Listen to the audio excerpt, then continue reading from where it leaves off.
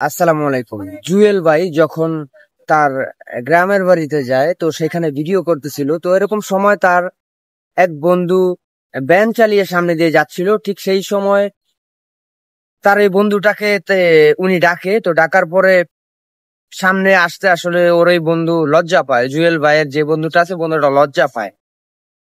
আর সামনে যখন আসার পরে বলে, কি রে, তুই আমার বন্ধু না? তোকে ডাকছি, তুই সামনে আসছিস না কেন? পরে ওর বন্ধু বলে যে, না, আমি আসলে খেয়াল করিনি। তো খেয়াল করিনি, আমি তো, তুই আমার বন্ধু মানুষ, তুই খেয়াল করবি না কে, আর লজ্জা পাবি কেন? তুই আসলে গোবরে যে পদ্ম ফুল ফোটে সেটা হচ্ছে এটার প্রমাণ। দেখেন, একটু যদি দেখাই আপনাদের, দেখতে পারতেছেন?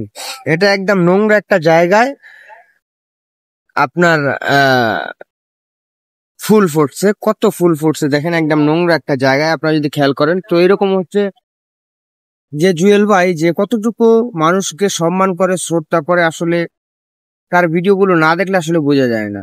ধন্যবাদ।